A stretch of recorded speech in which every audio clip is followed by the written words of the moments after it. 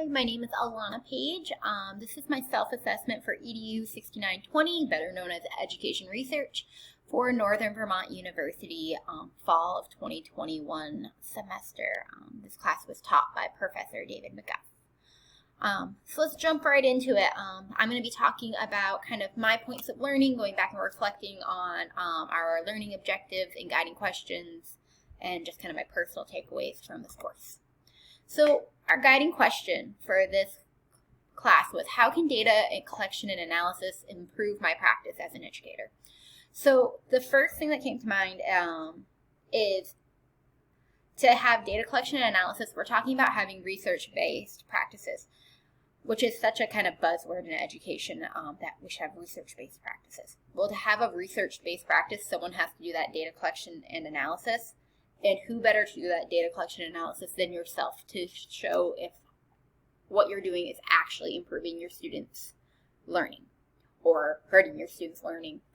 It can happen. We want to know, though. So we all, as professionals, should be collecting data and analyzing that data to improve ourselves. I think the analyzing piece is the part where a lot of times we don't follow through. It's easy to collect data, but taking that time to sit down and analyzing data is really hard and time consuming. I want to be able to take what I've learned here and make data-driven changes to my practice, to be able to look back and say, okay, this is what I did, this is how I need to change my instruction to address the problems we're seeing, which is what I was able to do in this course through my pilot study. And also using data to support our changes. So not just saying, so this data says I need to change this, but also saying, from this data, this is the change I made and it worked, or it didn't work. But really just being able to use data to back yourself up as a professional is so important. Not only for yourself, but being able to share that with your coworkers, other teachers, paras, and administration, so you can show what you're doing and why it's successful, because that's so important. We need to be a collaborative school to really make change. So by collecting our data and analyzing our data and being able to share that out, we're helping everybody, because by sharing what's working in our room, we might help someone else in another room. All right, we had 4 learning objectives. I just took these directly from our syllabus, so I'm sorry, but it seemed like the easiest way to work through them. So our first objective, that we need to be able to identify the constructs associated with scientific inquiry, and aspects of practitioner inquiry for education research. So one thing that I learned, but it was a struggle for me in this class, was to separate true scientific inquiry and education research, because those two things don't exactly work together. Scientific inquiry is really, empirical evidence is really important. You need a very technical question, where education research, it's a little different. You have much more qualitative data, reflections, you're pulling themes out of that kind of data. It seems much more objective than previous scientific studies. As someone who came into this class, my undergrad is with a natural science degree. That was something that I felt like I was fighting for the first half of this course, because it is very different education research versus a scientific research paper. If you're writing about how a certain rock formation formed. Very different kind of pieces. But they have the same basic structure. Any research paper, educational, scientific, anything, should have a strong chain of reasoning. We should have connection from our question to our literature review. They should all have this flow through it. If a paper doesn't have a flow through it, then a lot of times the data doesn't actually answer the question. And if your data is not answering your question, you didn't actually do a research project. So that was one thing that I definitely took away, with the importance of a chain of reasoning. We looked at so many examples of papers with good chains of reasoning, bad chains of reasoning, but being able to really see that flow from the very beginning that you can see, okay, this paper flows, that the question came out of the literature that they read, and then their methods and then the data they collected actually answers the question that they asked, or made sense that they could have answered that question. And then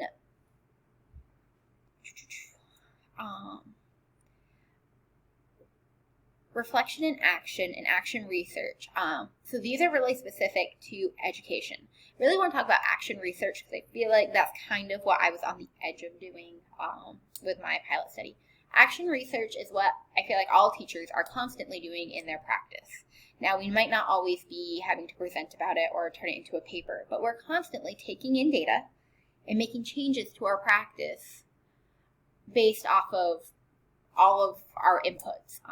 We have inputs coming in from administration. We have inputs coming in from parents, from teachers, from social media, but we're constantly taking these in, making minute changes and watching for the response, which is kind of action research.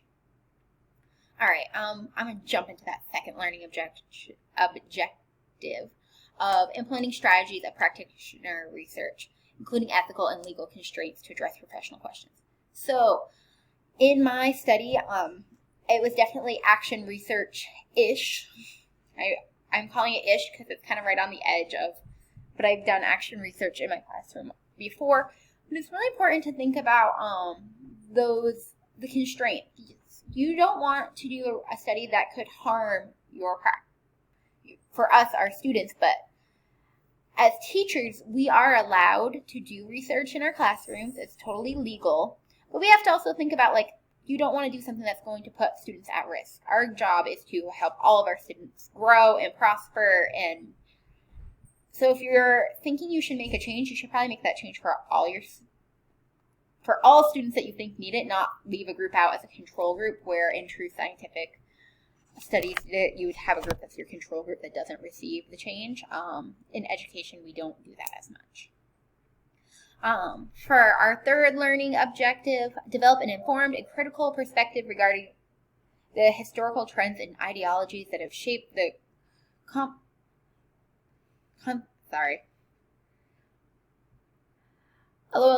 Develop an informed critical perspective regarding historical trends and ideologies that have shaped our research methods and research-based claims regarding truth, findings, policy. So through this class, we got to look at so many papers. And we really got to look at, okay, but why is this coming forward?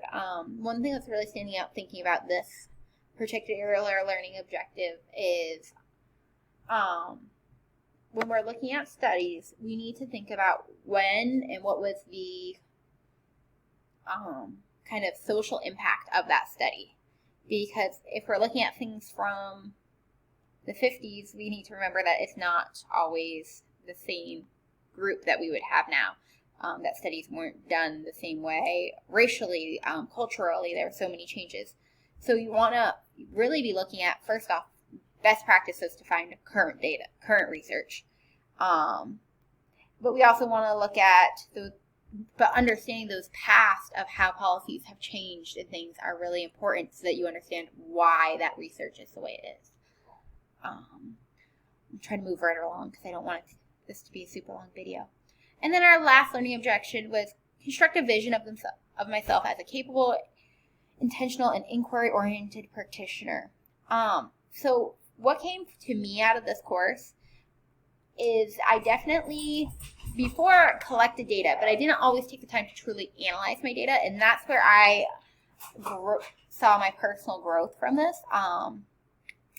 I definitely can see myself, I gather data in my classroom quite regularly, and I feel very capable in that I can gather good data and make changes off of that data, but this really helped me in how do I express that to the rest of the world, and how do I read research and bring it into my classroom in a way that I'm using a critical lens and making sure I'm not just jumping on a bandwagon, but to really look at research and say, okay, why did the person do this? Do I think it's going to work for my kids? Because you need to really look at those limitations of the study. If they piloted it with their classroom of 10 students, that doesn't tell you it's going to work with your kids, especially if your students and their students have nothing in common.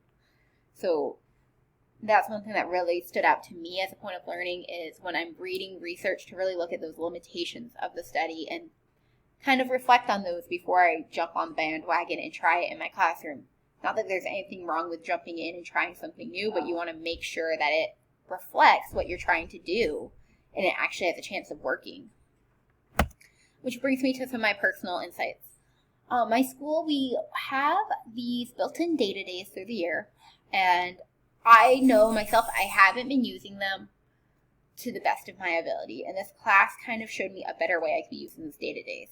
Our data days are dedicated to looking at our STAR reading and math data, but usually that only takes us a portion of the day, and I really think that other portion of the day I should be looking at some other data on my teaching and kind of taking that time to do some of that analysis and reflection so I can improve my practice.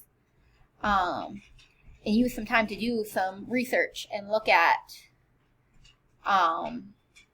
research around different practices so I can actually use that to inform my teaching. Other personal insights more about the actual practice of the class. The importance of a literature review in a paper. I never before really realized how important a literature review is for making that connection to the rest of your paper. It really gives that chain of reasoning. I will say in the past I have definitely tried to skim literature reviews rather than read them in depth because I thought that I didn't understand the purpose of them. So I definitely am leaving this with a much more of an understanding of why a literature review is there and why it's helpful to read it to understand the paper. A huge learning point for me was coding. When you're analyzing data, I had no clue what coding was, or why we had to do it, or how, or anything around it. So coding is a huge point of learning for me, and I hope to use it way more going forward in my analysis of the data I'm looking at in my practice, because I actually now have tools of how I can look at that data, not just kind of look at it and go, oh, okay, I guess this means this. This really helped. The different types of coding and just knowing that coding is a thing has helped me in that sense. And then my other personal insight, which I knew going into the class, the struggle of writing a research paper, but it really gives me an appreciation for every published piece of writing that I'm reading. Just the struggle that author put into capturing their ideas and that process. It's hard, and I just want to put that out there that for me that was a struggle, and I appreciate everyone who takes the time to go through the process of truly writing their research for others to be able to learn from, because it is not a fun process to write all of that. So thank you for everyone who does that. All right, well, with that said, I'm going to pop back, but this is kind of my personal assessment of myself from EDU 6920. I definitely had so much learning that happened during this course. I feel like I am a better educator because I now know how to collect data about myself and apply it to myself and just become a stronger teacher from it. So, which I think is the best part of this whole class. All right, thank you for watching, and I need to stop.